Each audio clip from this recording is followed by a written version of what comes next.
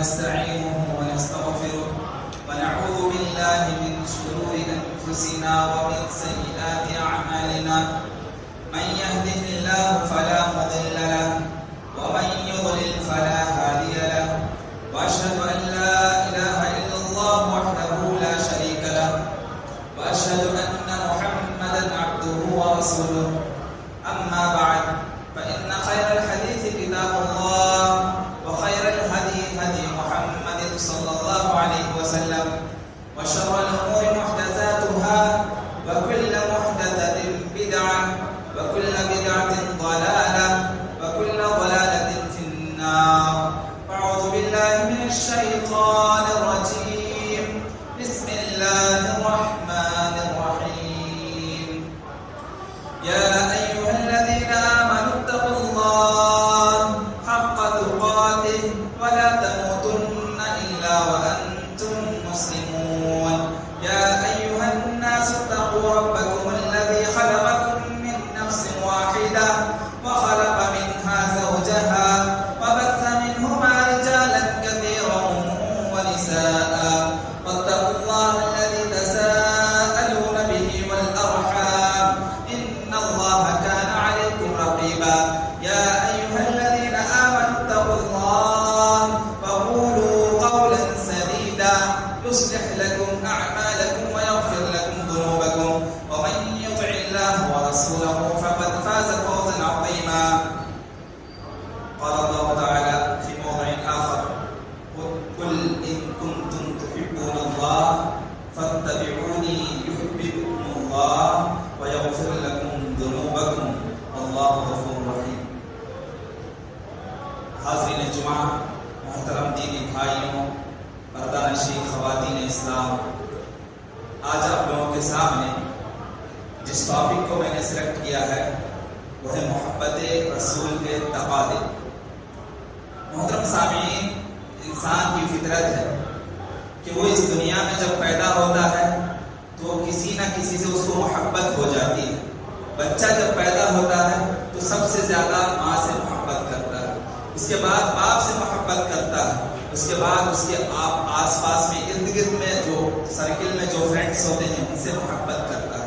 اس طریقے سے انسان کی زندگی میں محبت پیدا ہوتی ہے، محبت عام ہوتی ہے. میرے بھائیوں، یہ تو دنیاوی زندگی کی محبت ہے، لیکن اگر بندہ چاہتا ہے کہ اللہ تعالیٰ اس سے محبت کرے تو اللہ تعالیٰ قرآن مجید میں سورہ آل عمران میں سورہ نمبر 3 آیت نمبر 31 میں فرماتا ہے: قل ان کنتم تحبون اللہ. اے نبی، آپ کہہ دیجئے اگر تم اللہ سے محبت کرنا چاہتے ہو اور اللہ اگرچہ تم سے محبت کرے فاتبعونی، تو تم کہہ دو کہ وہ آپ سے محبت کرے. یعنی ہم نبی سے محبت کریں گے تو اللہ ہم سے محبت کرے گا.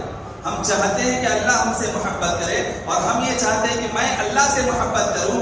تو یہاں صرف اللہ سے محبت کرنے سے فائدہ نہیں، بلکہ اللہ سے محبت کرنے کے ساتھ ساتھ اس کے نبی سے بھی محبت کرنا ضروری ہے. اور نبی سے محبت کرنے کا کیا طریقہ ہے؟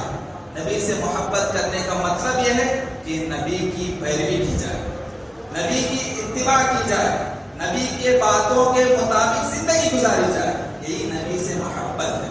اگرچہ آپ کی زندگی میں آپ یہ کہتے ہیں کہ مجھے ہمارے نبی صلی اللہ علیہ وسلم سے بہت محبت ہے، لیکن اگرچہ نبی کریم صلی اللہ علیہ وسلم کے بتائے ہوئے طریقے کے مطابق آپ زندگی نہیں گزارتے تو حقیقی معنی میں آپ کی زندگی میں نبی کے لیے کوئی محبت نہیں.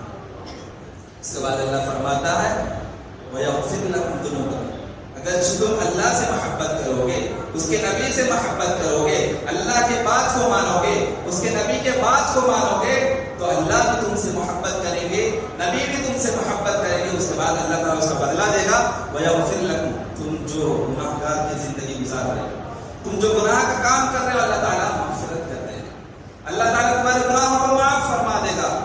اللہ غفور رحیم، اس لیے کہ اللہ سبحانہ و تعالیٰ کی صفت ہے کہ وہ بخشنے والا، معاف کرنے والا، وہ معاف کرنے والا. میرے بھائیوں، انسان بہت لوگوں سے محبت کرتا ہے، لیکن دنیا میں سب سے زیادہ جس سے محبت کرنے کا ہم پر لازمی قرار دیا گیا ہے وہ ہمارے نبی کریم صلی اللہ علیہ وسلم. ہمارے نبی کریم صلی اللہ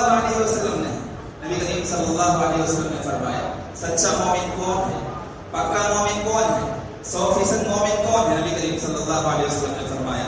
عبداللہ ابن عمر رضی اللہ عنہ کی حدیث ہے. نبی کریم صلی اللہ علیہ وسلم فرماتے ہیں لا یؤمن احدکم حتی اکون احب الیہ من والدہ وولدہ والناس اجمعین.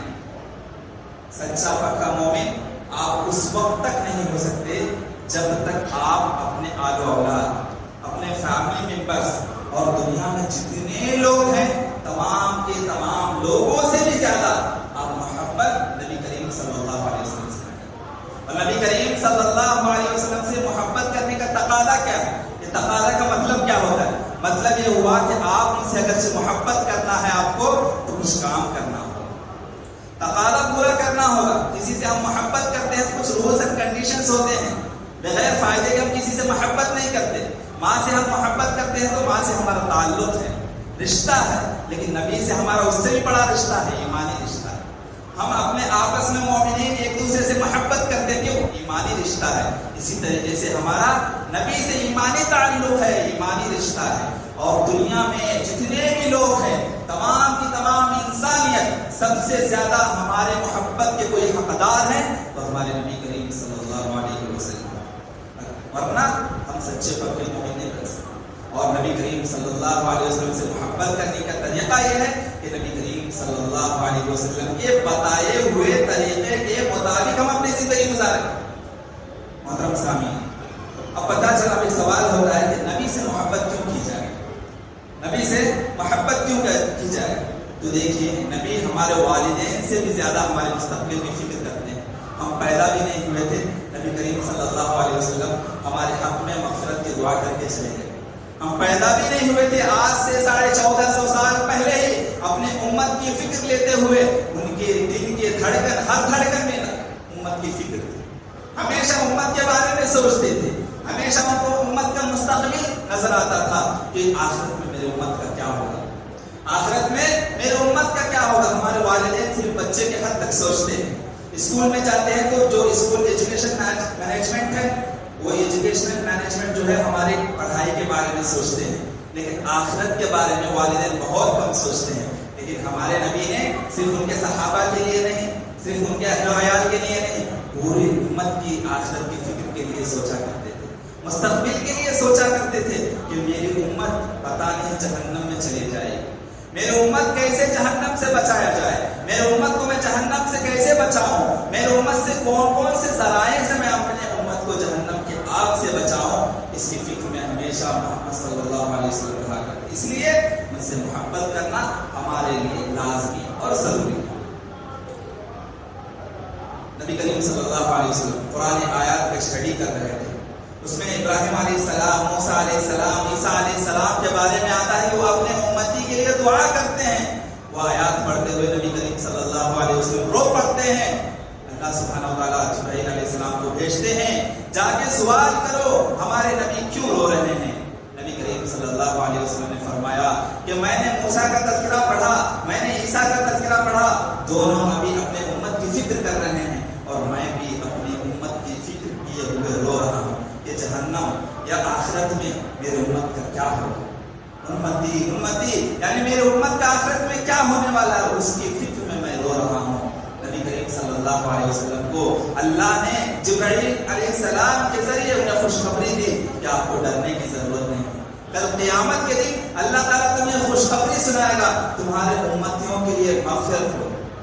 اللہ اکبر. ہمارے نبی ہمارے آخرت کی فکر کرتے تھے، اس لیے سب سے زیادہ اللہ سبحانہ وتعالیٰ نے پوری کائنات میں جتنی بھی انسانیت ہے، جتنے بھی لوگ ہیں، سب سے زیادہ کسی سے محبت کرنے کا حق دیا ہے تو صرف ہمارے نبی کریم صلی اللہ علیہ وسلم سے. اب محبت کرنے کے دو پہلو ہوتے ہیں، دو طریقے سے محبت کیا جاتا ہے. ایک تو انسان کے ذات سے، پرسنالٹی سے، اس کی شخصیت سے، اور دوسرا پہلو یہ ہے کہ اس کے ایکشن سے، یعنی اس کے کام سے، اس کے عمل سے. تو ہمیں دونوں طریقے سے نبی کریم صلی اللہ علیہ وسلم سے، دونوں طریقے سے ہم ان سے محبت کریں گے، تبھی جا کر ہماری محبت کامل محبت ہوگی اور اللہ تعالیٰ اس کو پسند کرے گا. ذات کے اعتبار سے کیسے؟ نبی کریم صلی اللہ علیہ وسلم ہمارے نبی ہیں، ہمارے شخصیت ہیں، وہ ہمارے بیسٹ پرسنالٹی ہیں. جب یہ بیسٹ پرسنالٹی ہمارے ہیں تو ان کے ہمارے لیے وہ رول ماڈل ہیں.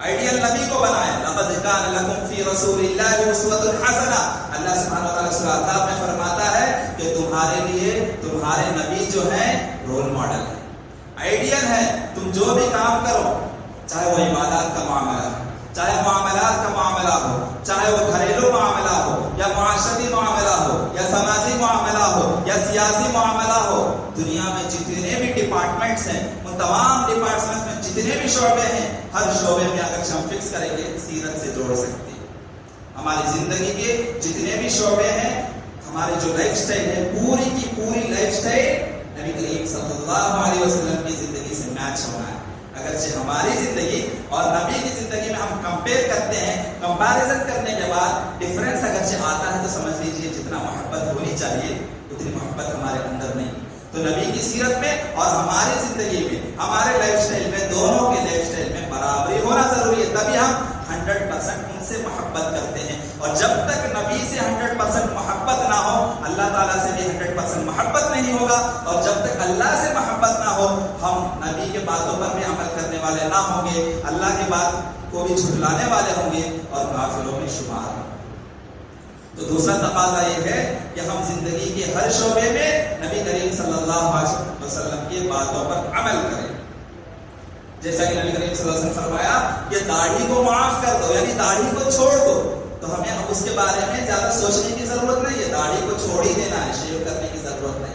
اب یہاں دیکھنا ہے ہماری بیگم, ہماری بیوی, یہ ہماری وائف جو کہتی ہے بال بڑھ گیا ہے, داڑھی مجھے اچھا نہیں لگتا, داڑھی مجھے چبھتا ہے. میرے بھائیوں, یہاں آپ کا امتحان ہے, آپ کی ایمان کا امتحان ہے.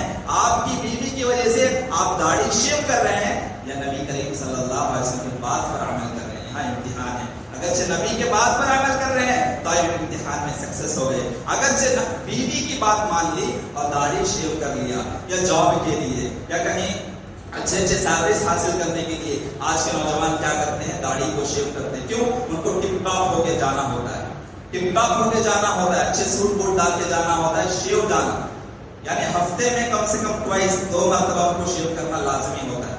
میرے نوجوانوں یاد رکھو, اگرچہ آپ نبی کریم صلی اللہ علیہ وسلم سے محبت کرتے ہیں, محبت کے بہت سے اگرچہ ہم دکھانا چاہیں بہت جذبہ دکھاتے ہیں. نبی کریم صلی اللہ علیہ وسلم سے کوئی گالی دے دیا تو فوراً روڈ پہ آ جاتے ہیں, احتجاج کرتے ہیں, پروٹیسٹ کرتے ہیں, لیکن خود ہم سنت پہ عمل نہیں کرتے, نبی کی بات پر ہم عمل نہیں کرتے.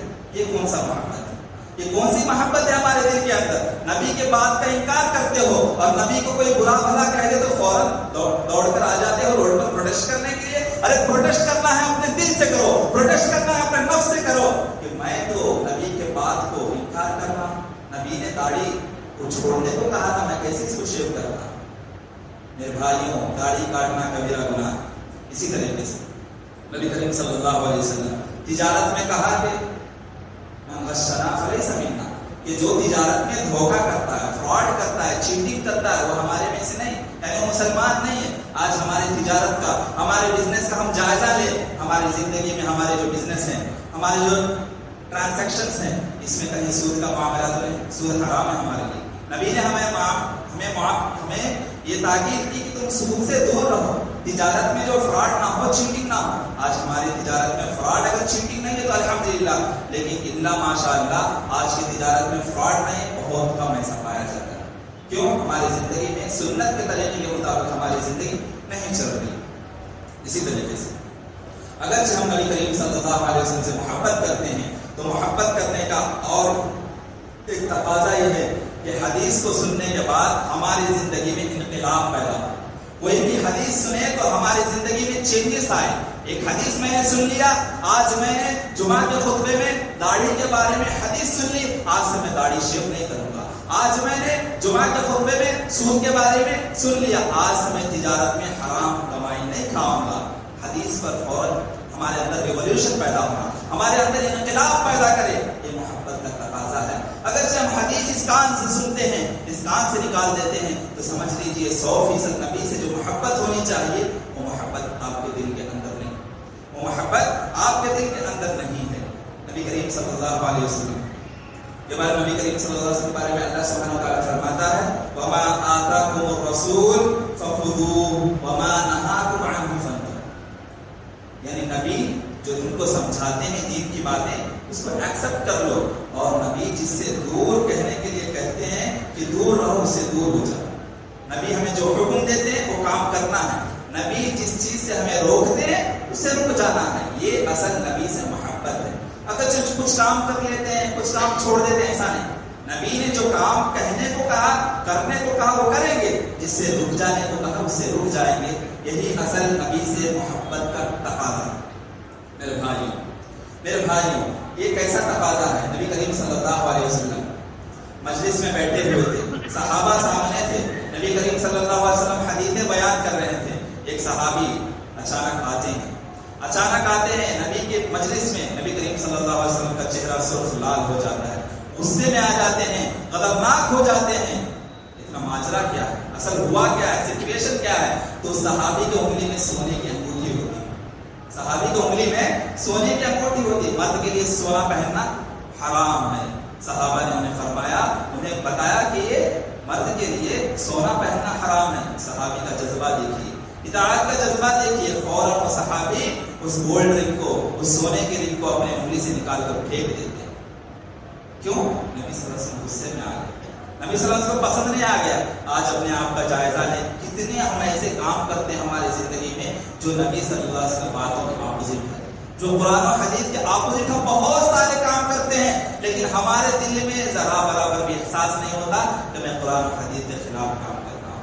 نبی سے محبت کرنے کا تقاضا یہ ہے کہ نبی کے بات پر فوراً عمل کر لیا جائے۔ عورتیں ذرا غور سے سنیں، ایک عورت تھی، اس کے ہاتھ میں سونے کا کڑا تھا، نبی نے فرمایا اے بی بی، اے عورت، اگرچہ تو اس سونے کے کڑا کی زکات نکالتی ہے تو ٹھیک ہے، ورنہ جہنم میں تجھے آگ کا کڑا پہنایا جائے گا۔ وہ عورت فوراً اس کڑے کو نکالتی ہے، سونے کے کڑے کو، اور بیت المال میں صدقہ کر دیتی ہے۔ کیوں؟ جہنم کی آگ کا فکر ہے اس عورت کو۔ ہمارے عورتیں ذرا سمجھ جائیں، اپنے آپ میں اسلامی بیداری لائیں، ورنہ آپ تو بگڑی ہیں، آپ کی نسلیں بھی بگڑ جائیں گی، اور فیوچر اس سے بھی بربادی ہوگی، ہماری فیوچر میں ہمارے اور بربادی ہونے والی ہے۔ وجہ کیا ہے؟ ہم نے سنت پر عمل کرنا چھوڑ دیا۔ اسی طریقے سے اگر ہم نبی کریم صلی اللہ علیہ وسلم سے سچی محبت کرتے ہیں تو اس کا ایک تقاضا یہ ہے کہ عبادات میں بھی نبی کے طریقے کو اپنایا جائے۔ اپنے مرضی سے عبادت نہیں چلے گی، اپنے مرضی سے عبادت کرنا چاہیں گے نہیں، نبی کریم صلی اللہ علیہ وسلم نے عبادت کا جو طریقہ آپ کو سکھایا ہے اس طریقے سے، اس اسٹائل میں آپ کو عبادت کرنا ہے، اس طریقے میں آپ کو عبادت کرنا ہے۔ نبی کریم صلی اللہ علیہ وسلم نے فرمایا صلو کما رأیتمونی اصلی، اے میرے صحابہ تم جس طریقے سے مجھے نماز پڑھتے ہوئے دیکھ رہے ہو اسی طریقے سے زندگی بھر نماز قائم کرنا۔ آج اپنے آپ کا جائزہ لیں، ہر کوئی اپنے آپ کا جائزہ لے۔ اگرچہ آپ نماز سنت کے مطابق پڑھتے ہیں، آپ کی نماز قبول ہوئی، اگرچہ نماز میں ایک رکن بھی، ایک شرط بھی، ایک کنڈیشن بھی فیل ہوا، آپ کی پوری زندگی کی نماز برباد ہو جائے۔ اپنے آپ کا جائزہ لیں کہ میری عبادت رہی سنت کے مطابق ہے یا نہیں۔ کوشچن مارک کریں کہ میں جو بھی عبادت کرتا ہوں قرآن و حدیث کے خلاف ہے، اپوزٹ ہے قرآن حدیث کے حساب سے۔ میرے بھائی، وہ اس لیے عبادت قبول نہیں ہوگی کہ ایک صحابی تھے، بقرعید کا دن تھا، قربانی کا دن تھا، نبی کریم صلی اللہ علیہ وسلم راستے سے گزر رہے ہیں، دیکھا کہ اس صحابی کے گھر کے سامنے جانور کا خون ہے۔ نبی کریم صلی اللہ علیہ وسلم نے سوال کیا یہ خون کس طریقے کا؟ اس صحابی نے فرمایا اے اللہ کے رسول، نماز، قربانی کی جو نماز ہوتی ہے، عید کی نماز، اگرچہ نماز کے بعد ہم قربانی دیتے ہیں، ذبح کرتے ہیں، تو گوشت کو تقسیم کرنے میں تاخیر ہو جاتی ہے، لیٹ ہو جاتا ہے، لوگ بھوکے رہتے ہیں۔ میں نے سوچا کہ کیوں نہ نماز سے پہلے ہی میں ذبح کر دوں تاکہ نماز کے فوراً بعد لوگوں میں تقسیم ہو جائے اور سب سے پہلے میرا گوشت غریبوں میں تقسیم ہو جائے اور پکا کر کھا لیں۔ سوچ اچھی ہے نا؟ سوچ کس کی ہے؟ صحابہ کی ہے۔ سوچ بہت اچھی بھی لگتی ہے انسان کو، اپنے مرضی سے۔ نبی کریم صلی اللہ علیہ وسلم نے فرمایا کہ جو تمہاری قربانی نماز سے پہلے کی ہے ہونا قابل قبول نہیں۔ صحابہ اپنی مرضی سے اچھی نیت سے کرنا چاہ رہے تھے، پھر بھی قابل قبول نہیں۔ کیوں؟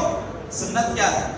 نماز کے بعد قربانی کرنا۔ انہوں نے نماز سے پہلے قربانی کر لیا تھا، اس لیے ان کا قربانی اللہ تعالیٰ نے ایکسپٹ نہیں کیا، ریجیکٹڈ۔ ہمارے جتنے بھی اعمال ہیں اگرچہ وہ ایک بھی نبی کے طریقے کے خلاف جا رہا ہے تو ریجیکٹ ہو جائے گا۔ سالوں سال، 60 سال، 70 سال آپ جتنے بھی عبادتیں کریں، لیکن اس میں اگرچہ کنڈیشن نبی کا فالو نہیں ہو رہے تو آپ کی عبادات ریجیکٹ ہو جائیں۔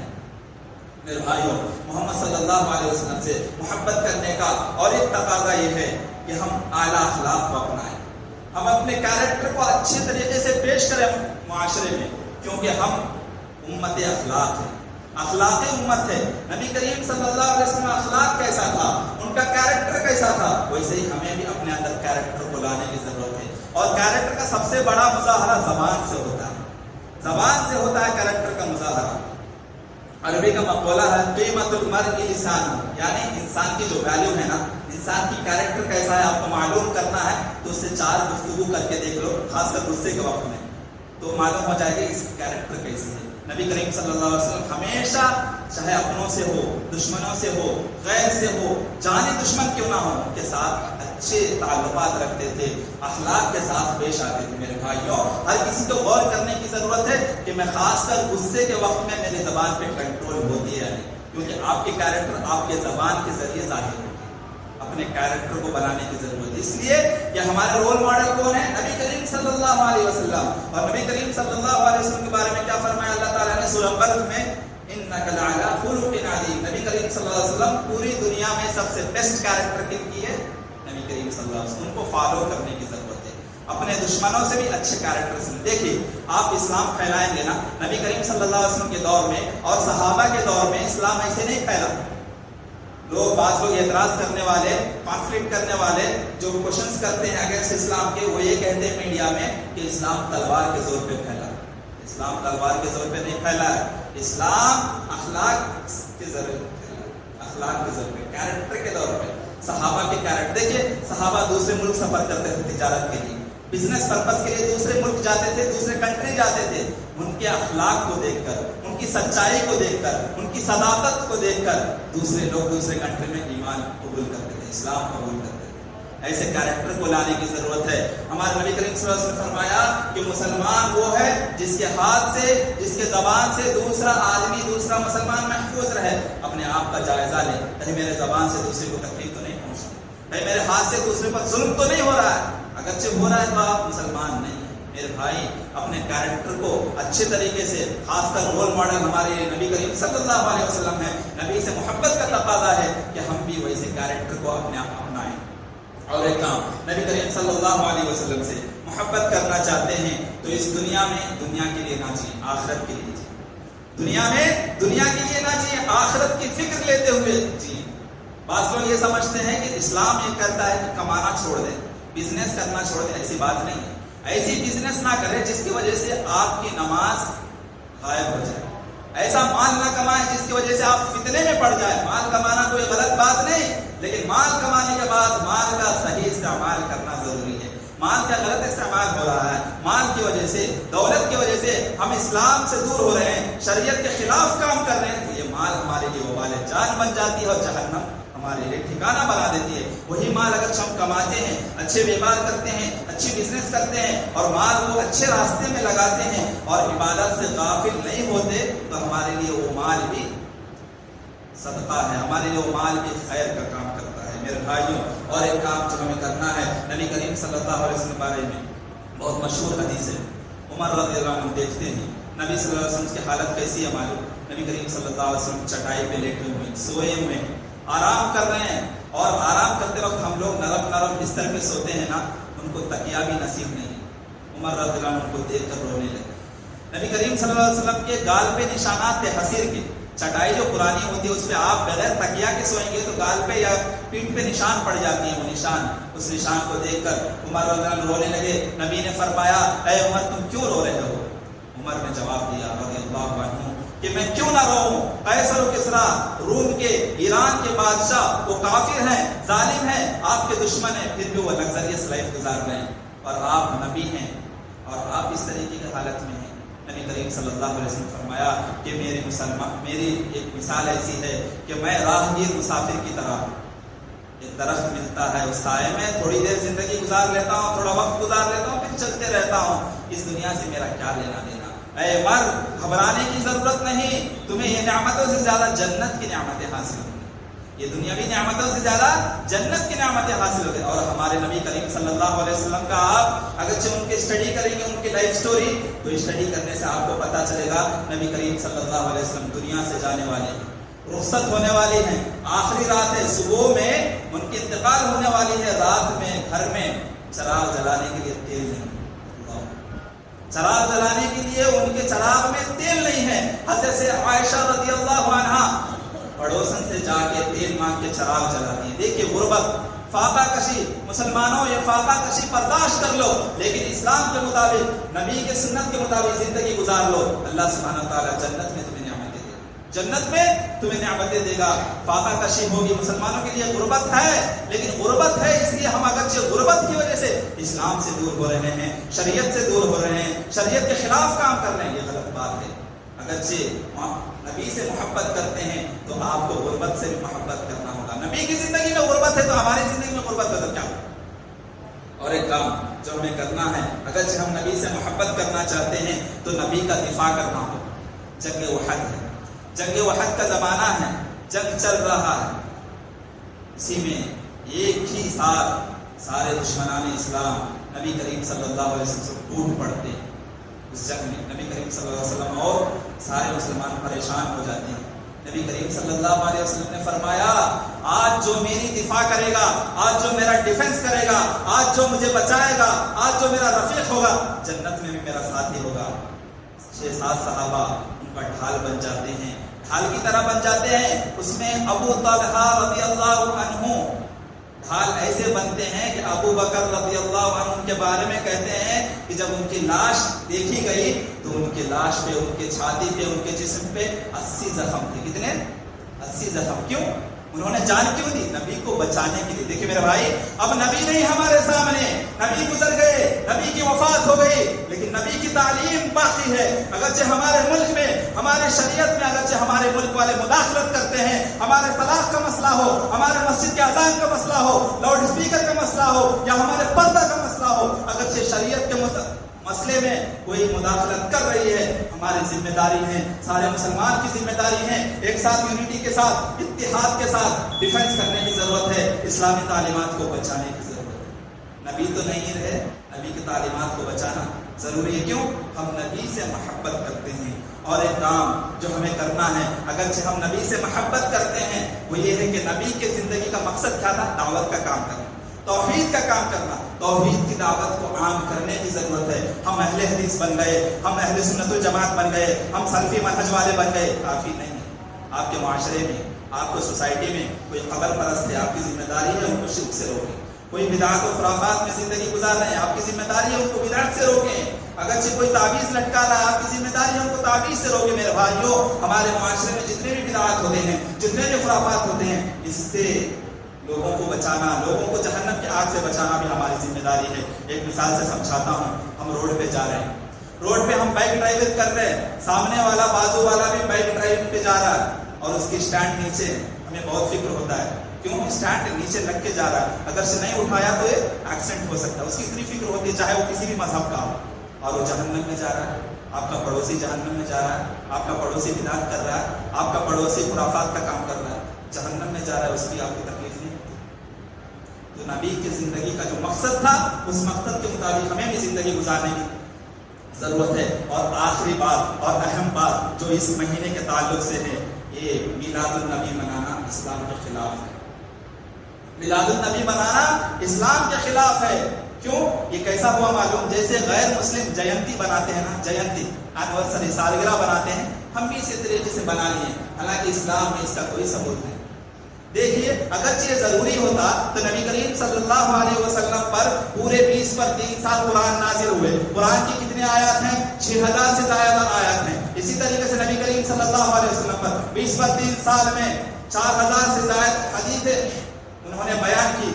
قرآن کی کسی بھی آیت میں، قرآن کی کسی بھی حدیث میں میلاد النبی کا ذکر نہیں، پھر ہم کس پہ عمل کریں؟ پھر ہم کیوں عمل کر رہے ہیں؟ ہمارے نبی کی زندگی میں میلاد النبی، ہمارے خلفائے راشدین کی زندگی میں میلاد النبی نہیں، صحابہ کی زندگی میں میلاد النبی نہیں، محدثین کی زندگی میں میلاد النبی کا ثبوت نہیں، فقہاء کی زندگی میں میلاد النبی کا ثبوت نہیں، تو پھر میلاد النبی آیا کیسے؟ تاریخ ہے اس کی، البدایہ والنہایہ میں ابن کثیر رحمہ اللہ فرماتے ہیں جلد نمبر 13 میں کہ تاریخ کب شروع ہوا میلاد النبی؟ 630 ہجری میں شروع ہوا، یعنی 7ویں صدی میں میلاد النبی شروع ہوا۔ اور شروع کرنے والے کون ہیں؟ ہمارے شروع کرنے والے جو ہے اربل کا بادشاہ، موصل نام ایک علاقہ ہے، وہاں اربل کا بادشاہ جو اس کو شروع کیا، مظفر الدین ابو سعید نے اس کو پولیٹیکل بینیفٹ کی وجہ سے شروع کیا تاکہ لوگوں کے رقم اس میں جشن میں خرچ ہو اور لوگ میرا پولیٹیکل سیٹ باقی رہے. اس کے لیے مظفر الدین ابو سعید نے جو اربل کا بادشاہ تھا 630 ہجری میں اس کو شروع کیا. اور یہ کسی کی سنت نہیں ہے میرے بھائی، ایک بدعت ہے. اور آپ کو معلوم ہے کل محدثۃ بدعہ، دین میں ہر چیز نئی چیز بدعت ہے، اور ہر بدعت گمراہی ہے، اور ہر گمراہی جہنم میں لے جانے والی ہے. میرے بھائیوں، جشن عید میلاد النبی منانا، میلاد النبی کے لیے روڈ پہ آنا، میلاد النبی کے لیے ڈی جے بجانا، سانگس بجانا، قوالی بجانا، جشن منانا، یہ سب حرام ہے، جائز نہیں ہے، اسلام کے خلاف ہے. آخر میں اللہ تعالیٰ سے دعا ہوں کہ اللہ تعالیٰ محبت نبی کے جو بھی تقاضے ہیں اس تقاضوں کے مطابق ہمیں نبی سے محبت کرنے کی توفیق عطا فرمائے، اور نبی کے جتنے بھی احادیث ہیں، قرآن کے جتنے بھی آیات ہیں، جتنے بھی احادیث ہیں، ان کے مطابق زندگی گزارنے کی توفیق عطا فرمائے. وآخر دعوانا الحمد للہ رب العالمین.